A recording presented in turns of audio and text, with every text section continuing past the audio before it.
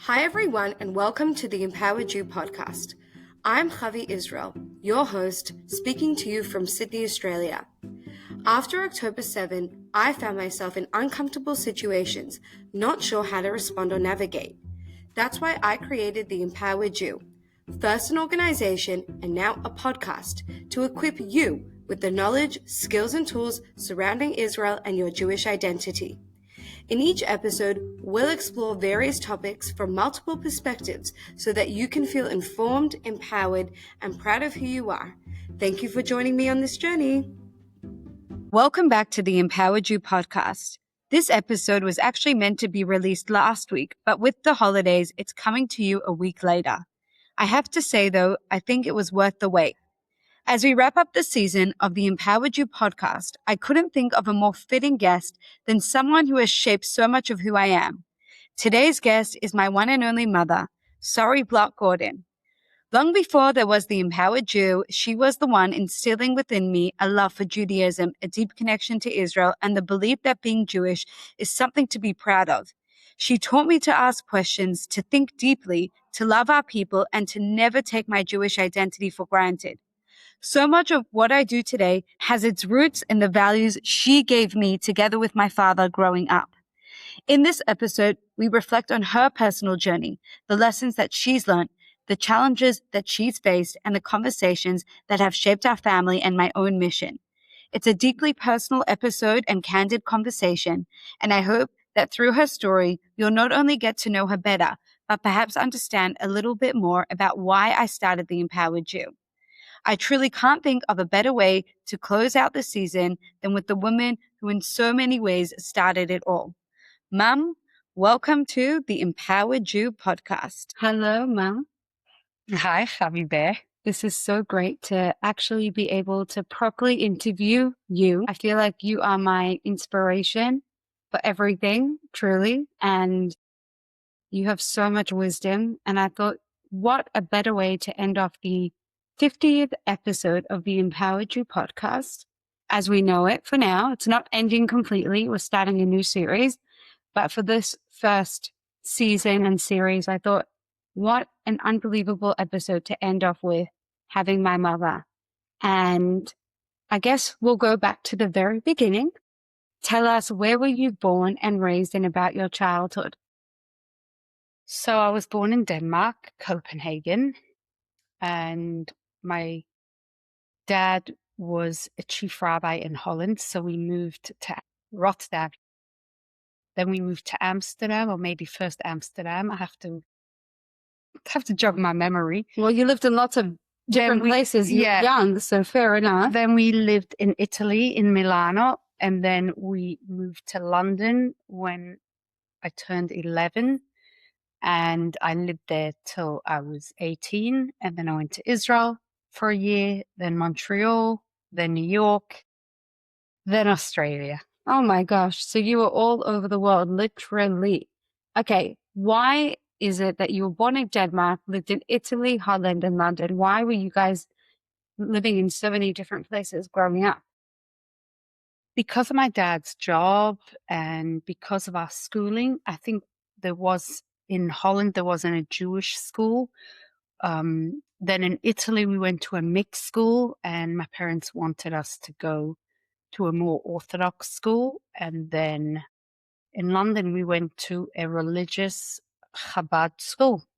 And in London, you grew up in Stamford Hill, which for those who don't know is a very ultra-Orthodox area. Very. So how was it for you going from Italy, where you're not surrounded by ultra-Orthodox Jews, to suddenly being in Stamford Hill, which is like Elsternwick in Melbourne, or Williamsburg or Borough Park in New York, or Mesh Arim in Israel? How was that? Were you shocked? Was that the first time you ever saw a shtreimel? Like, what was that like for you? And my mum remembers, and I even think I remember that when we first saw other Jews, we started to scream, "Mummy, there's a Jew on the street." We never had seen religious Jews, and it was a bit of a shock, bit of a culture shock. I bet. And how did you acclimate? Yes. Look, I think when you're young, you can handle a lot of things. Yeah. And I remember crying a lot when we first moved, had to make new friends. Yeah. I miss being in school with my brothers. Oh, you went to school with your brothers? Yes. So yes, I was in class with my very smart brother, and he was very good at math and I was very bad. And the teacher used to always make comments like, why can't you be as smart as your brother? And then in London, we actually did not speak English. We used to only speak, say, Italian and Yiddish. Oh. So I remember my mother walking into the lunchroom and screaming, Tante Rivki hat gehabt a Mädel. My Aunt Rivki had a baby girl. And everyone in the school would make fun of me because we didn't speak proper English and I had a lisp. I used to fairly sorry said eat pasta. They didn't speak Yiddish though, Stanford, no, or still everyone spoke really English? No, in the school, most people didn't, didn't speak. So you guys were the real odd one out. Like, yes, in the beginning. Yeah, very. And when did you start to feel finally settled? In your childhood, or did you never really feel settled? Probably maybe around 14, 15, I started to make friends that I felt were my friends. And yeah, I remember that. But it took a while. Yeah, it took a few years. And do you feel like having such a unique and interesting childhood, which you had, do you feel like it's really shaped you in how you are today? So, it's funny. Everything has good and bad. And the fact that I moved around every 4 years makes my roots are not very strong. So if I had to pick up today and move to America, I would just move. Or I had to move, if I would move to Israel, it wouldn't be such a big drama. I just pick myself up, pack my bags. I've done it. Yeah. And just move because it's not a big drama. Wow. It's interesting because I grew up in Melbourne and I didn't move around at all. And moving to Sydney when I got married was actually a really big deal. And I know that it's still within Australia, but for me, moving from Melbourne to Sydney was huge. And I am not as versatile, I guess, as you. Like I am very connected to Melbourne. Every time I come home, I feel like I want to kiss the streets. That's how much I love it. My childhood home, I'm super attached to for many different reasons, but that stability of Melbourne and you are the complete opposite. And that's how you're able to be so versatile and move around from place to place. And I feel like perhaps that's why you're not so super sentimental, because you weren't able to be so sentimental. You couldn't get attached to things because you knew that in a couple of years' time, you would be moving to another place. It served you well in your life. And we're going to get to your life story, as I think that people will find that very interesting. But just about your childhood, you said that your dad was a rabbi. Can you tell us a little bit about your parents' background? So my mum comes from an illustrious family known as the Carlebach family.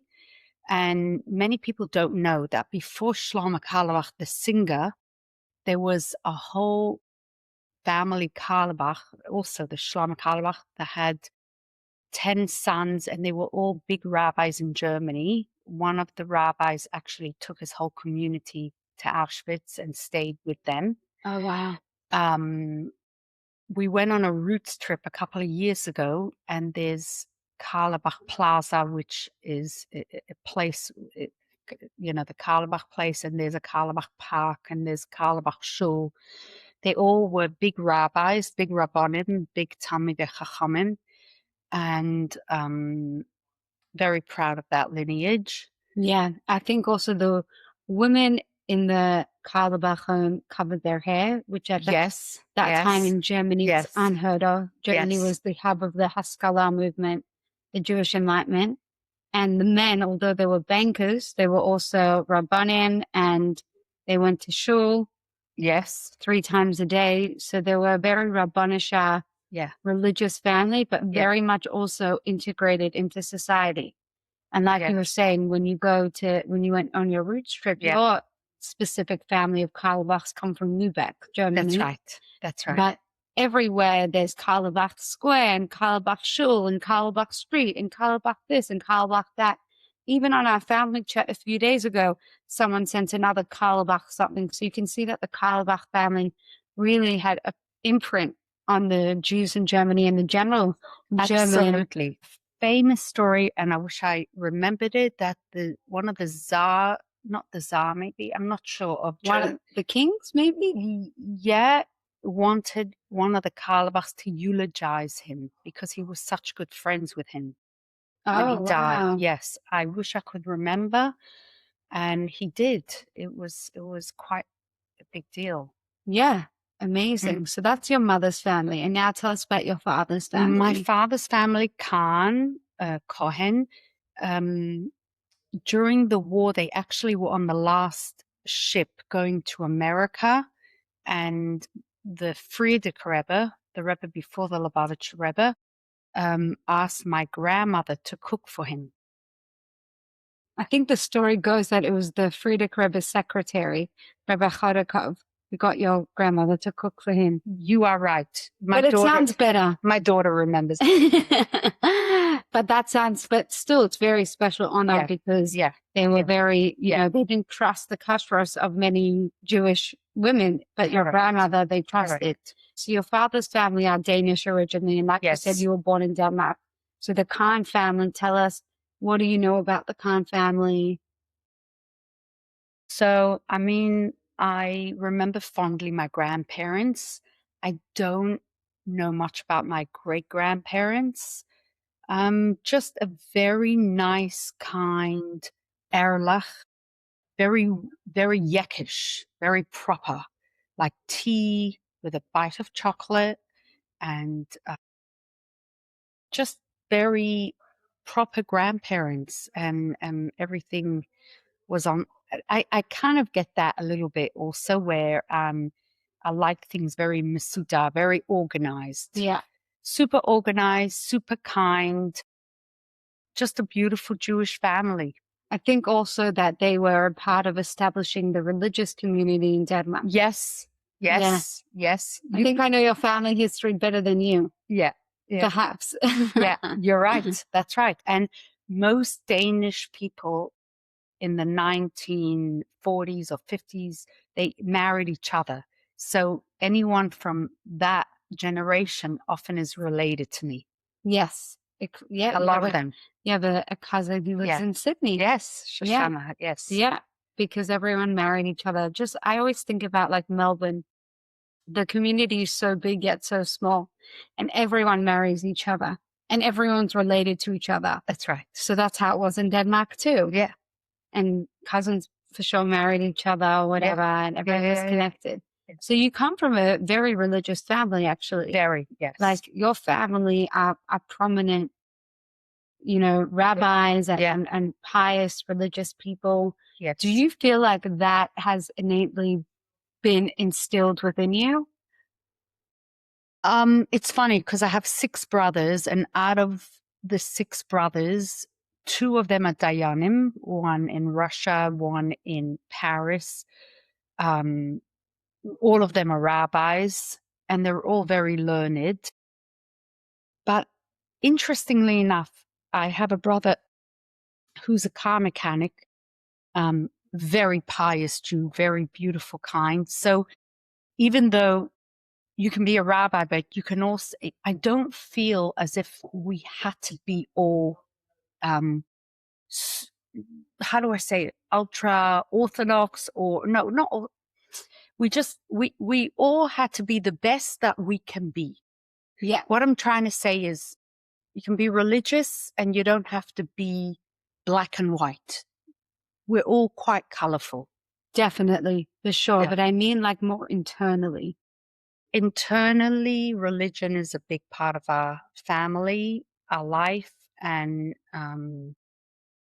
internally we are raised religious and we're all religious. What I mean, though, is internally, do you feel this strong connection to God? Because I know for me, I come from a very strong lineage that I think has impacted me. And obviously, it has to come from you at the end of the day, and you have to choose it for you. But do you feel like perhaps, or maybe you never thought about it, that your family and your history and your ancestors have made you feel connected to God? Because you are one of the most connected people to Hashem that I know of. You're super connected. Thank you. I do feel very connected to God. I do think my parents are a great example of why I'm so connected. But you get to a stage in life where you have to choose the connection to God for yourself. So I definitely got it from my parents, both my parents, 100%. But then I chose it for myself, and I have worked on myself and also chosen it for myself and decided that I want it for me. You don't end up doing it because your parents. If you don't choose it for yourself, it doesn't actually become you.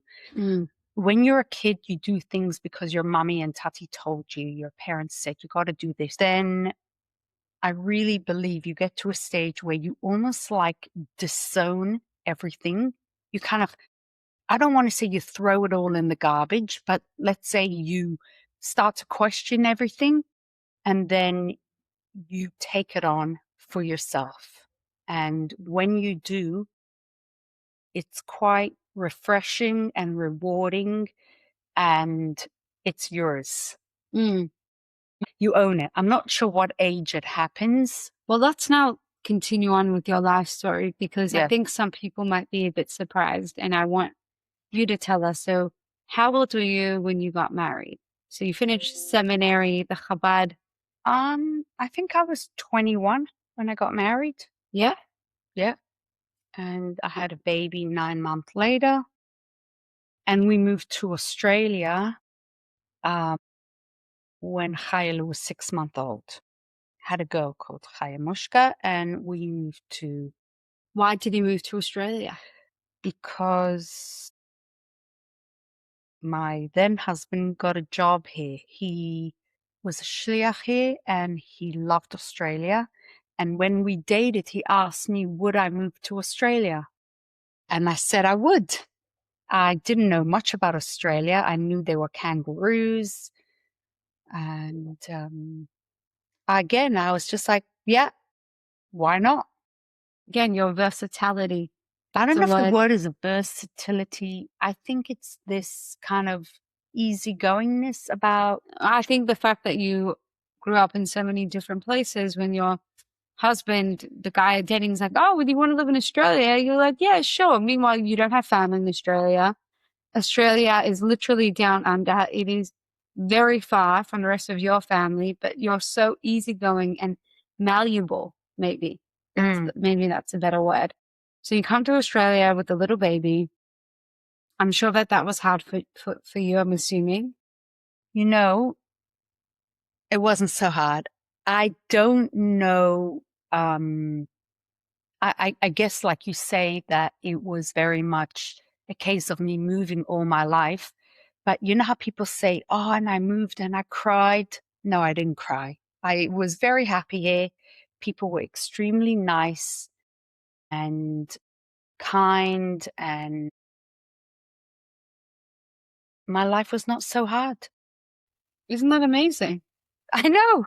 It's okay to say that. I don't know. I always thought that the first year was a bit hard for you, but maybe I made that up. And maybe I don't remember. That's another part of me. I forget. I don't remember it being traumatic or hard. I just remember it being full on and foreign.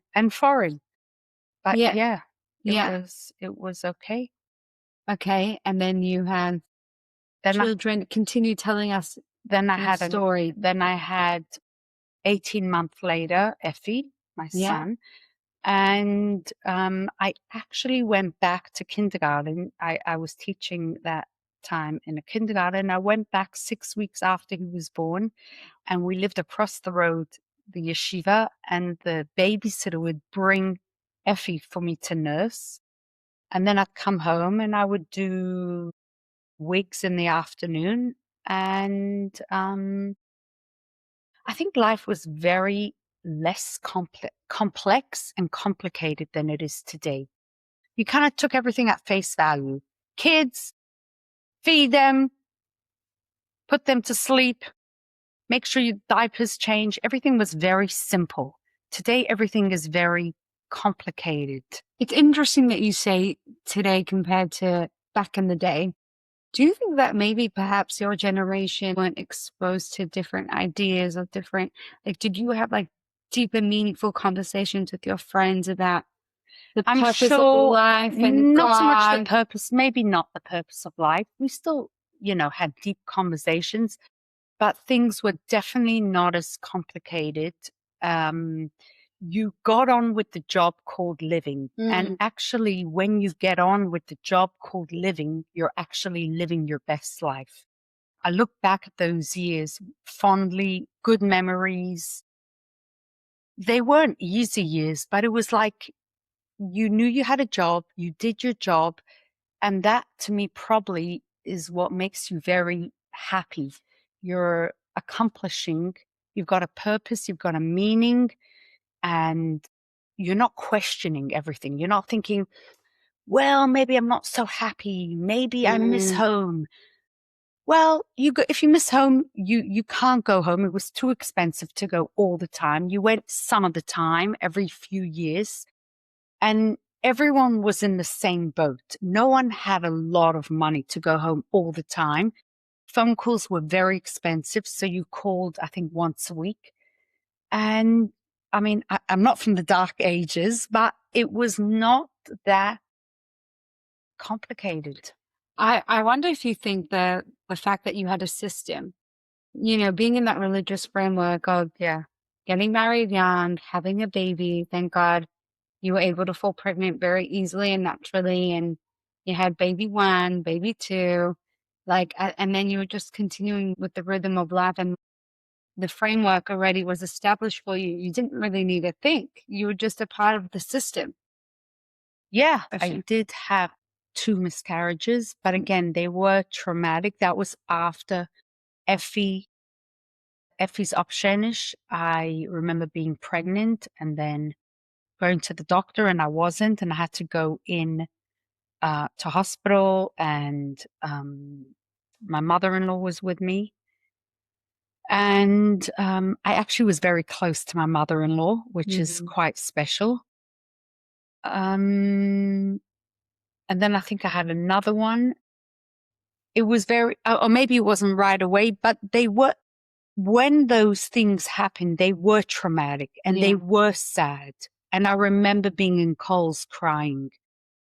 But either I get over things, like looking now back in my life, I think it was traumatic, but you moved on. You moved on. Yeah. And then you were married for around 23 years, and then you get divorced. Yes. Boom. Yes. Shock. Suddenly you're no longer in the system. Yes. Tell us about that, how you felt. Going from being a married woman, Sheitel Macha, we forgot to even mention, but I think people already know, but you work with wigs, you work with women every day. You left kindergarten to pursue a full-time career being a Sheitel Macha, a wig lady. And you work from home. You're also at the same time a stay-at-home mom. You don't have to worry about paying bills. You're making a living, like bringing money in and taking care of your children, making dinner, laundry, etc., which you did brilliantly. I remember you waking us up in the morning singing "Good Morning, Mr. Sun, the day has just begun," and giving us chocolate milk. We called them buppies, which were bottles. And it wasn't chocolate milk. There's probably milk and a tiny bit of chocolate powder, but I'm into health. I don't believe in giving kids chocolate milk, so I can't believe. But maybe you told us it was chocolate milk buppies. Whatever. The point is, I have very fun memories, but how was getting divorced after over 20 years of marriage? How was that for you? So I think people don't realize that life doesn't happen all of a sudden. When things go wrong, they go wrong slowly, drip by drip by drip. By the time I got divorced, my marriage was pretty over. And it was very traumatic period, really bad. Was your faith tested? Definitely. I don't remember being so upset at God. I just remember being upset at the whole situation. It was just a bad time. But Were you in shock that this was happening to you? again, I don't think I was in shock that I was getting divorced. I was in shock because divorce is, I say it's like a car accident, like a car crash that hits you straight for a year. It's like, especially someone like me who never walked into a bank and didn't know how to pay bills and didn't know how to run my life.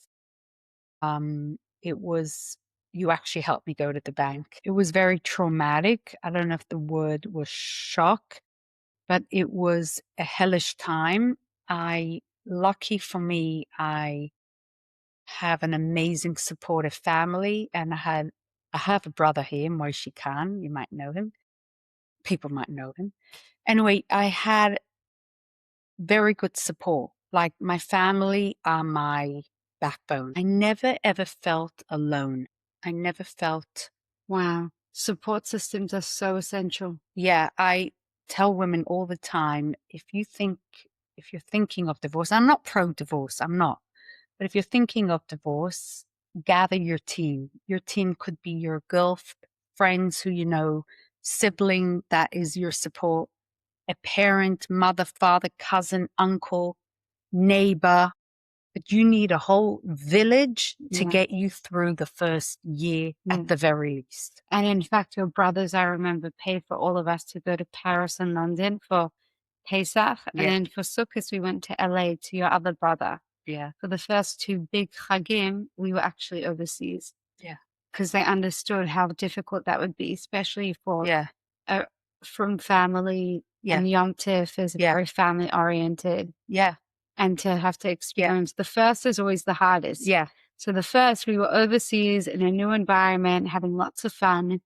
So it was actually it just shows a glimpse of their kindness.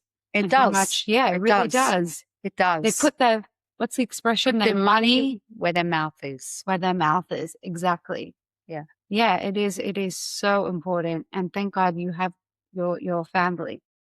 It does help to have a lot of siblings, by the way. Oh, yeah. I'm a bit jealous of you. I mean, I have 3 siblings, but I wish I had more. They're amazing. Yeah, I know, but I still wish I had more. Yeah, I love my siblings. And you know what I love? I love that we're there for each other.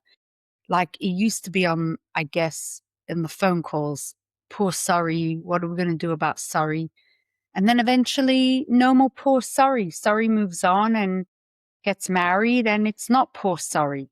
And then I had another hiccup. Tell us about that. I got married to a guy from LA, and that lasted about a year. And a bit. And that was not a very good relationship. And then, again, my brother in LA helped me pack up, and I moved back to Australia with 12 or 20 suitcases, and that was my whole life in a suitcase. It's amazing how Hashem, you have brothers who live all over the world, but Hashem placed 2 brothers, one in Melbourne and one in LA. And those are 2 brothers that are very good to me. And that you needed them. Like, you really did need them in Melbourne when you got divorced, and after, and then in LA. And they're very, exactly. So sometimes God sends you the refuah, the healing, before the bad. You just have to be aware that it's there. Is there anything that you want to share with us about the divorce process, the actual how that was for you?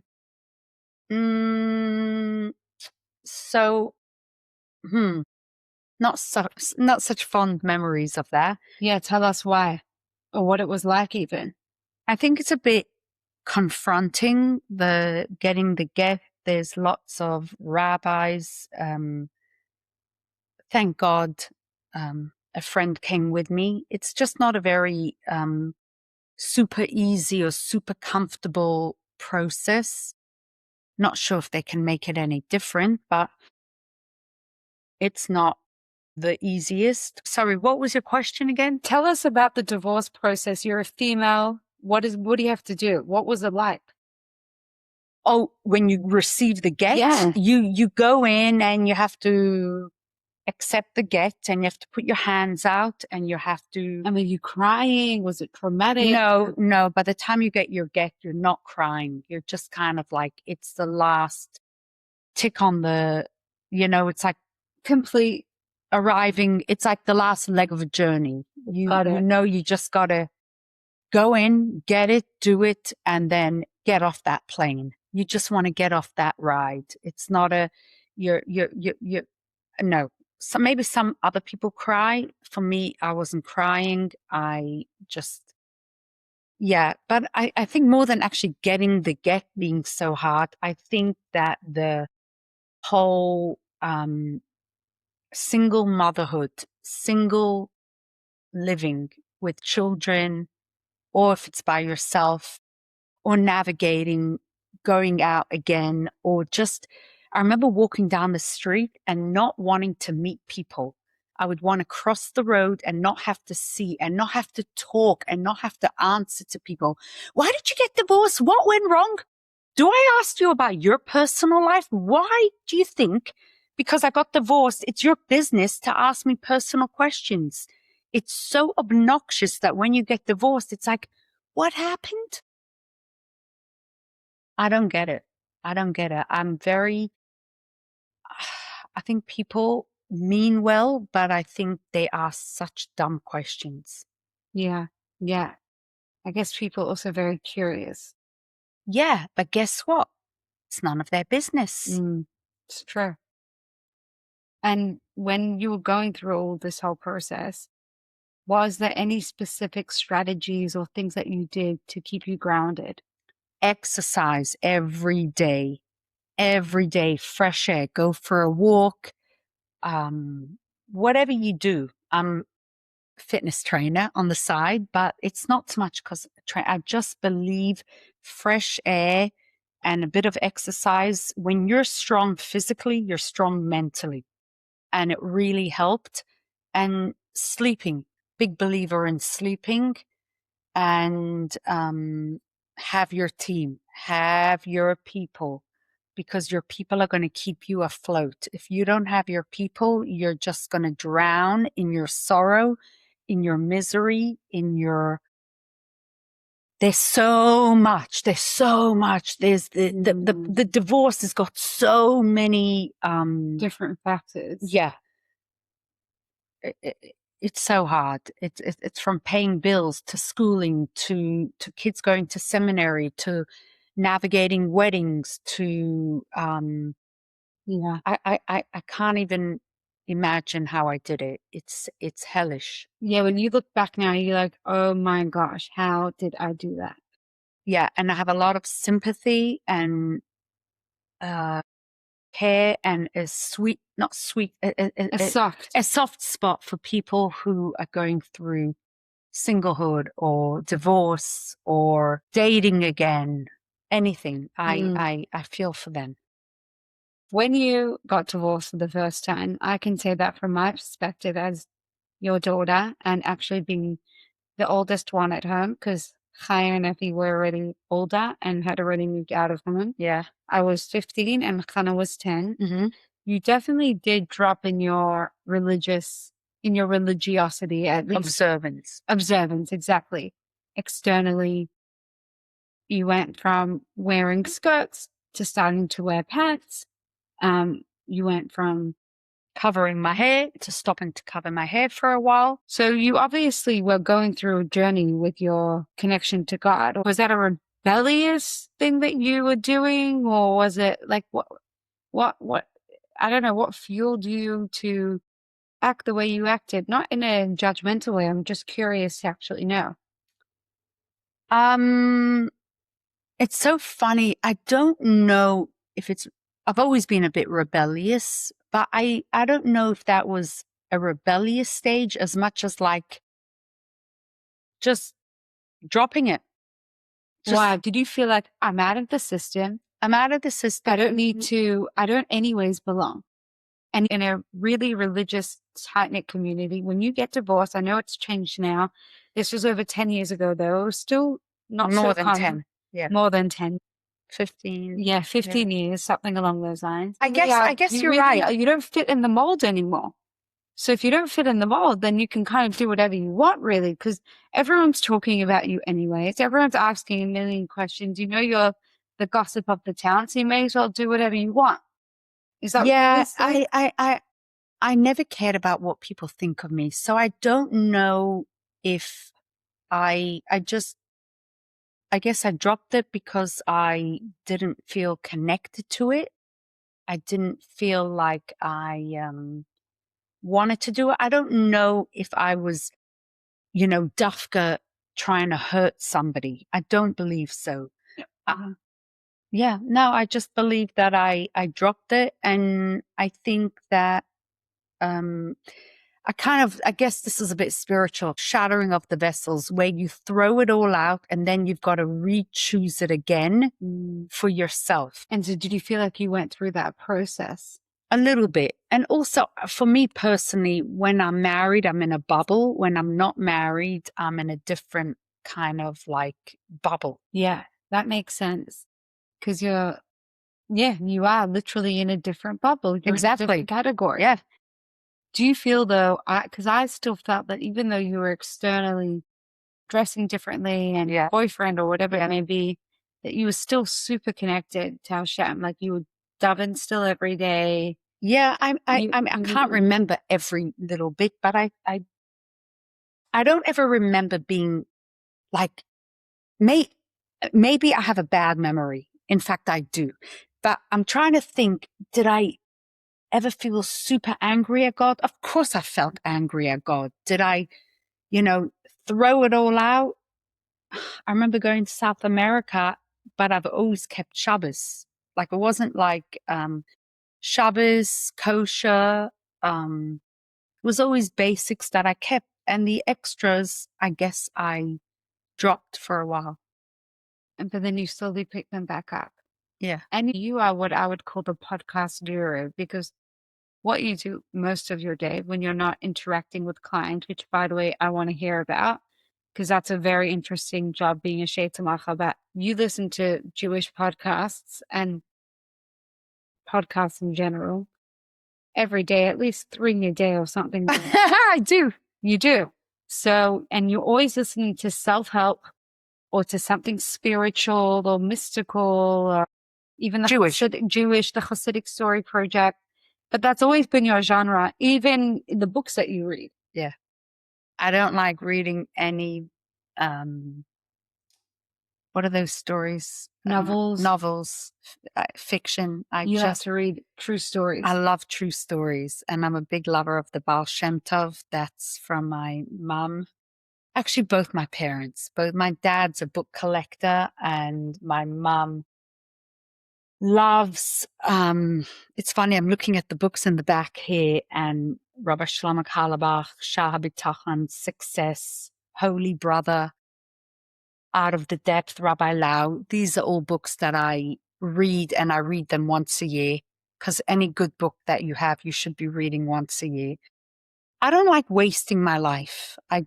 You have one life. I don't like wasting time. So reading a novel is kind of, for me, a waste of time, even though I do believe in watching a funny movie, because I think it's important to laugh. I need to laugh more. Yeah. So to relax. And to relax. I think it's important to relax. So your question was? My point was that you really have always been connected, totally. Yeah. From what you expose yourself to all the time. Yeah, I think it's very important what you listen to. I do want to say that, again, 10 years ago, there weren't any podcasts. I think that listening to podcasts has helped me become a better person. Particularly, I listen to one every day, Gedalia Fenster. I'm a big fan of his. But I'm a big fan of a lot of podcasts, YY Jacobson, Human and Holy, Meaningful People, Stories of Hope, the Hasidic Story Project. I love them. They give me so much. It's like a shear, an injection every day. And you know what they say? If you go into a perfume store, eventually you're going to smell of perfume. If you keep listening to inspiration and things that help you with your trajectory of spirituality with God, you eventually, like, I believe I'm a different person today than the person I was 10 years ago. What do you think? I think so.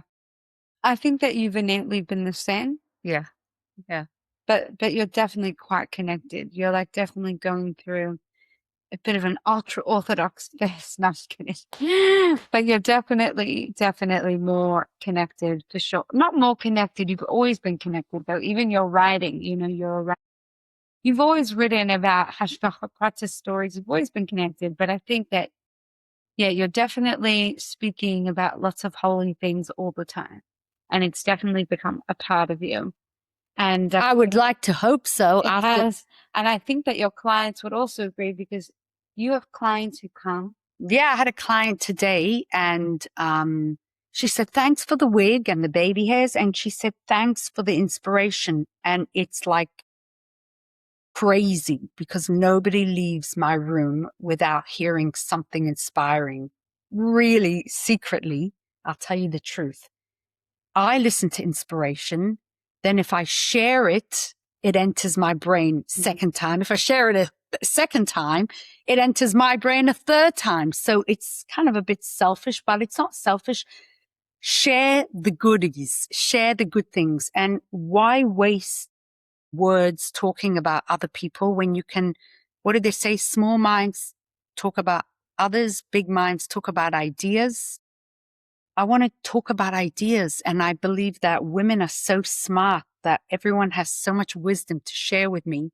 Why would I want to talk about silliness? The world is a harsh, hard, and interesting place.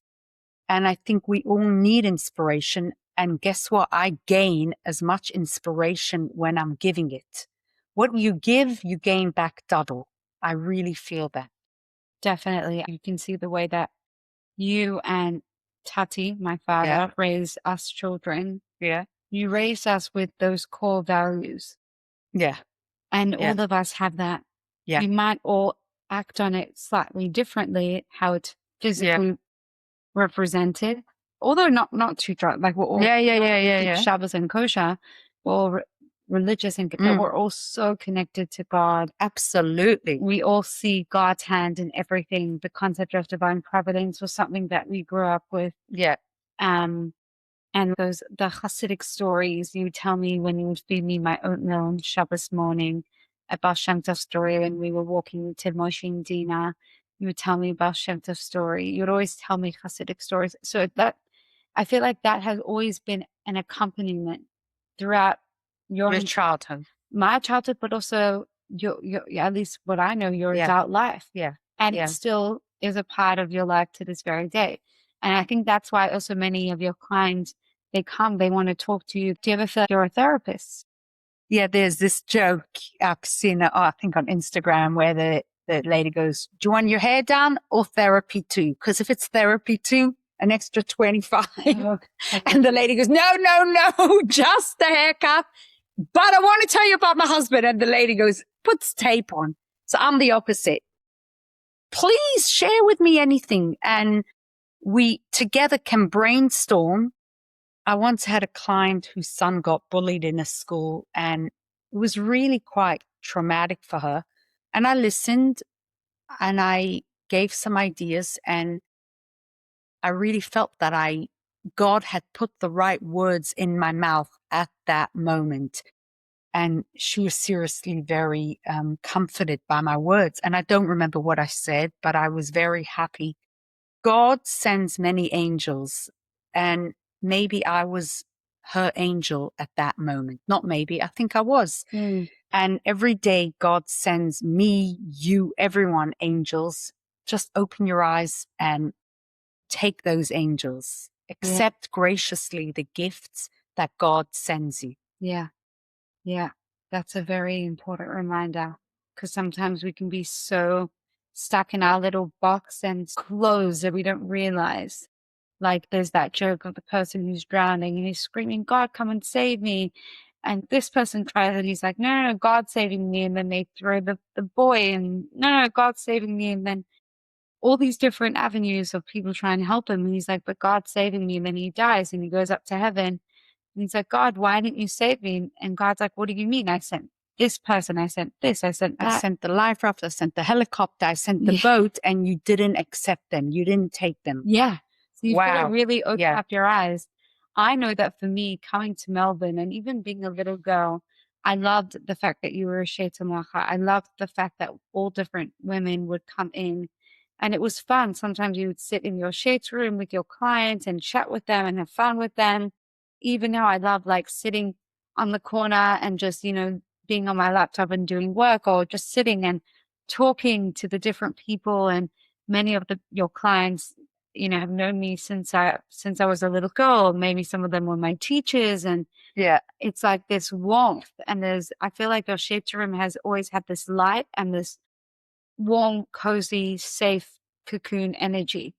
And people just are very deep when they come into your shade room. Absolutely. Like, there's no superficial, definitely no lashon hara, but just there's a depth and there's a comfort, and people share. And I feel like we're having a farbrengen all the time. I do too. And I want to tell you another thing. Women are very powerful. Women are very, very special. They don't beat around the bush. When a woman has an issue that's really heavy on her heart, she shares it. And the brainstorming of women together is so powerful. We could really solve all the world's problems. Women have this innate ability to talk about what they're really feeling. I'm not saying men don't have it, but a lot of women just have it. And it's amazing because you just get through to the root of the problem, and you can help each other. And that's what helps. Everyone has problems. I'm not special. It's not everyone does. For everyone, it's just so different. But I think that sharing between women is a very healthy thing and helpful thing. Yeah. Healthy and helpful. Healthy and helpful. You said something that if women would be able to solve the world's problems. I believe that. Okay, so let's talk about now some of the world's problems. Yeah. Especially for us Jewish people, the rise of anti-Semitism. Have women come in to your shade room and shared anything about that? Has anyone experienced anything? Yes. Yes. So it is a problem, and it is a worry, and a lot of people are worried, and I have a different outlook on this. Share with us. I remember when it was COVID time, and I don't remember which doctor said, control the controllables. What you can't control, I can't control a Muslim extremist having a rant. I can't control it. I don't have to also watch everything that's happening in the world. I can control what I think. I can control what I watch. I can control my prayers. I can control helping Israel. I can control signing up for the Royal Commission. I can control what I can control, do. But if you can't do something, then stop worrying and losing sleep, because that is Yetzer Hara. Straight up, Yetzer Hara means negative influence. And the negative influence wants to catch you and get you depressed. And once they get you anxious and depressed, they get you down. And then you can't cope as a mother, and you can't cope as a wife, and you can't cope as a member of society, and you can't cope with yourself. And you just become, if you can actually do something like, I went to hear on Shabbos, my friend Jennifer Lee, who's Digital Defense. She's doing something. She's accomplishing. I can't do digital defense because I'm not great at computers. What you can do. You can raise beautiful children and you can get them to pray and you can get them to be proud Jews and you can teach them. You can't help the world.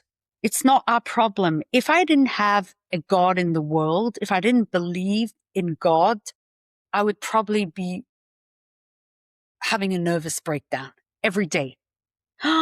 What's going to be? What's going to be with the world? But how stupid to worry about what you can't worry about. So get on with the job called living. You have a very important job. If you have a baby, be busy with your baby. If you have a husband, be a good wife. If you can give money, give money. If you can help another Jew because they've lost someone in the Bondi massacre, then do that. Just do something. But don't worry. That's what you're trying to say as well. Those people who are doom scrolling on social media, what's the point? You're just consuming this negative toxicity. It's a ruach ra, an evil spirit. Yeah. It enters you. And the problem is it's kind of like, I don't want to say it's cool, but it's kind of like. It is trendy. Oh, it's so, did you hear what's happening? Oh, yeah, I've lost so many hours of sleep on it. Or, yeah. I think also, and because I feel like I'm a part of both worlds in some ways. I do feel like when you live in a pretty religious community, and I know I keep going back to the frameworks, but I really do think they play a huge role. When you live in your little shtetl, which you still, thank God, live in, and you work as a sheitzamacha, so your clientele are all religious women. I agree. It's easier. You're saying it's a bit easier for me. because you're really in a bubble.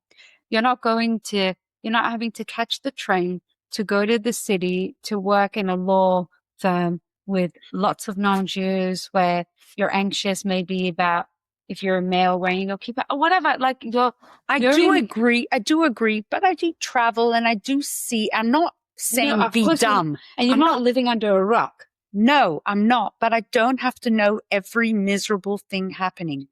I want to say something interesting. Back to my friend Jennifer Lee. She said to me, you religious people are very lucky because you've got a script that you need to follow. When someone passes away, there's a shiva and there's visits and there's meals to be brought. We're constantly, you've got to do. There's an action.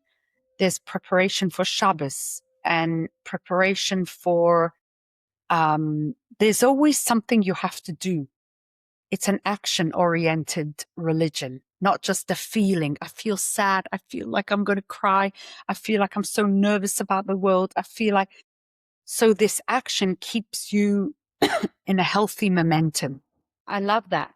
Firstly, for your friend Jennifer Lee, I think it's Judaism has that prescription, not only just for religious Jews. I think Judaism is like that. Yeah.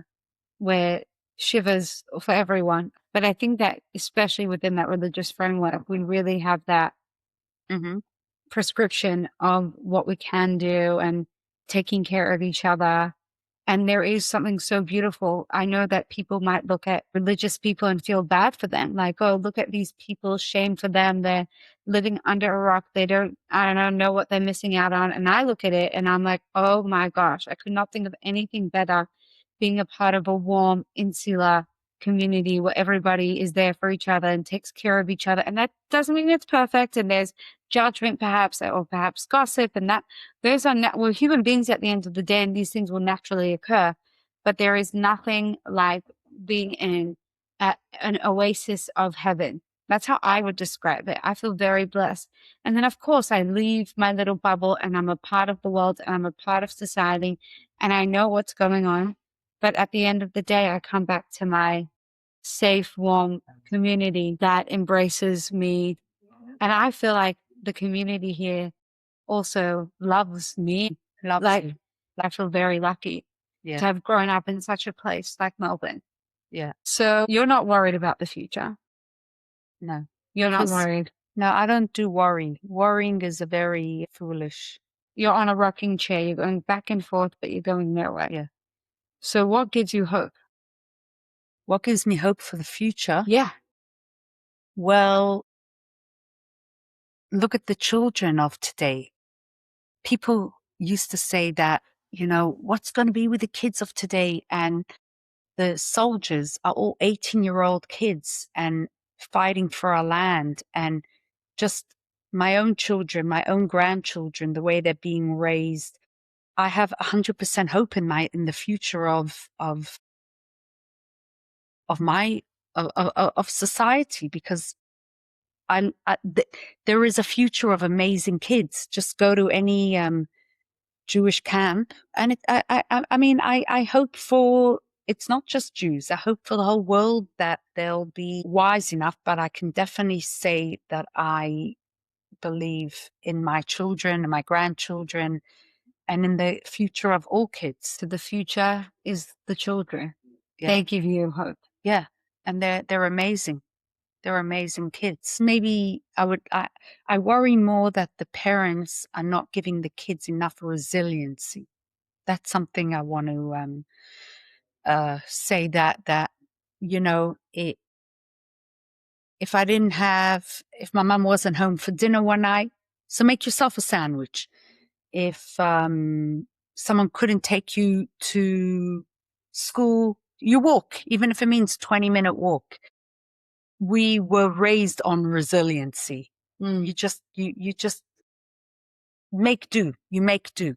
And today, where parents are, I think it's either called helicopter parents, or don't give everything to kids on a silver platter. Don't. Make them work.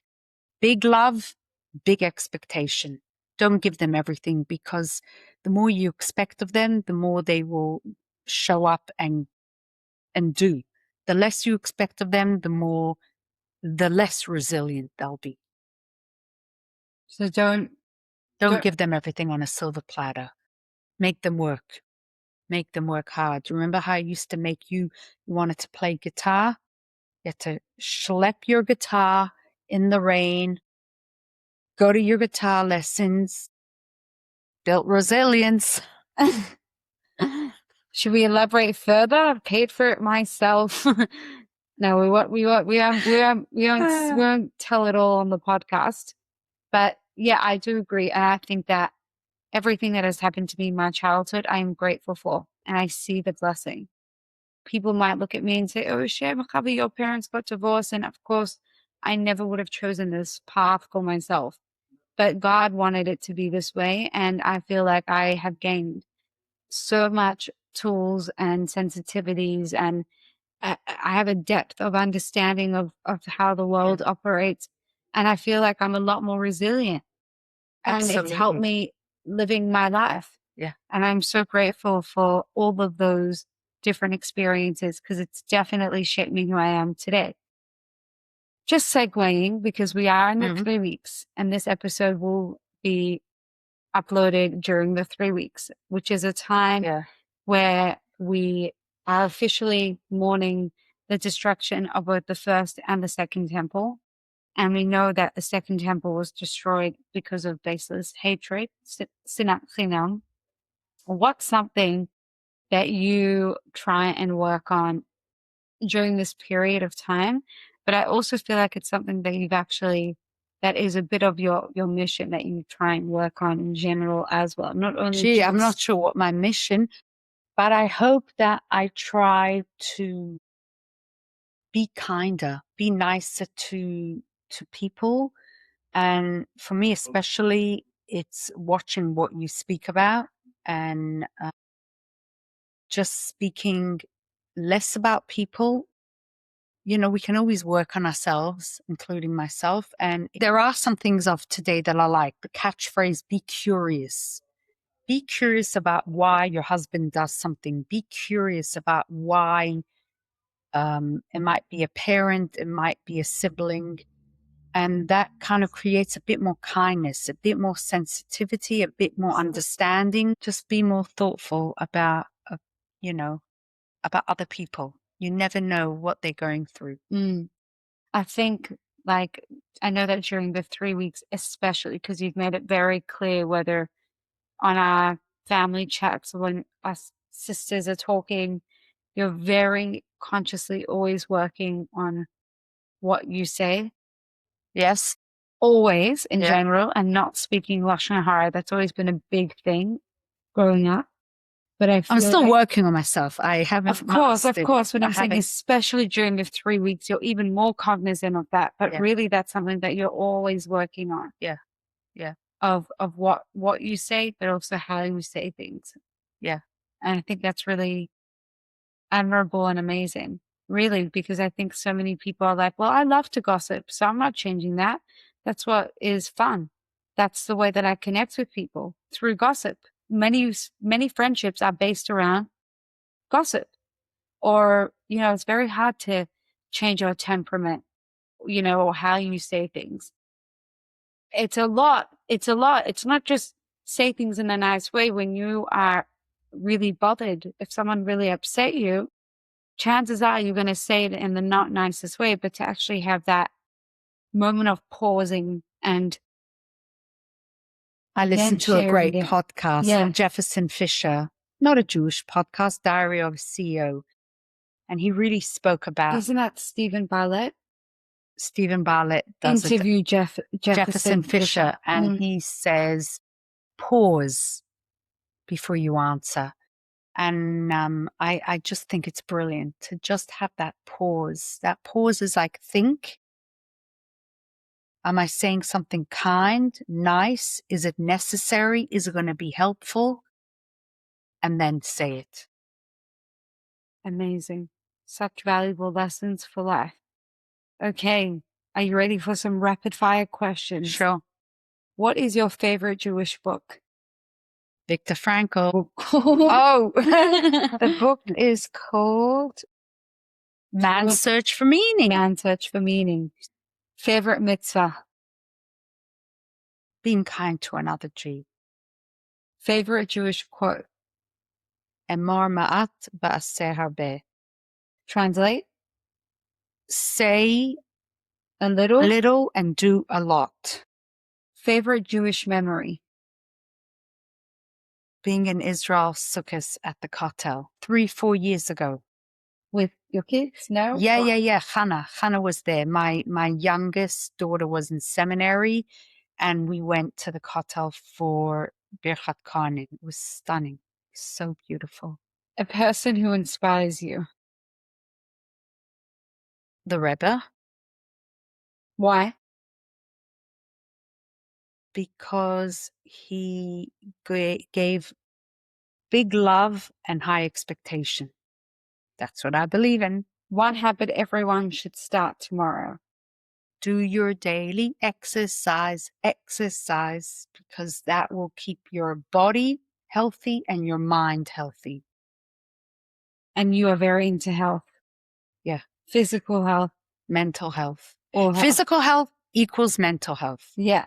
And you eat very healthy as well. You're very conscious of what you eat. Eat the colors of the rainbow every day. Yes. And to end off, what does being an empowered Jew mean to you? An empowered person is somebody who has knowledge. An empowered Jew has Jewish knowledge. Knowledge is power. So start learning. Start learning about your heritage. Start learning about Jewish philosophy, Jewish ethics, anything Jewish. An empowered Jew has a lot of Jewish knowledge, which helps you become an empowered Jew, which helps you in your life, helps you become a better person. I would hope so. Amazing. And everyone who's listening, who's based in Melbourne, there's an Empowered Jew weekend this weekend, July the 17th to the 19th. Be there, be square, but check out the information on our social media page to actually be empowered and to have that knowledge. Mom, thank you so much for your time. What a way to end off the first series of the Empowered Jew podcast. And Hashem should bless you to only have revealed blessings in your life, only health, happiness, and nachas from your beautiful children and grandchildren. Thank you. And I just want to say a word about Javi. She doesn't, I'm going to say this. I want to bless you with lots of nachas from your gorgeous little baby and your husband. Javi's an incredible human being. She's one of my favorite people. She is deep, she is smart, she is eloquent, and she gives me a lot of inspiration because she's such a go-getter. She just built everything from scratch, and she is one of my biggest inspirations. So Javi, keep doing amazing stuff. Watch the space because she's going places.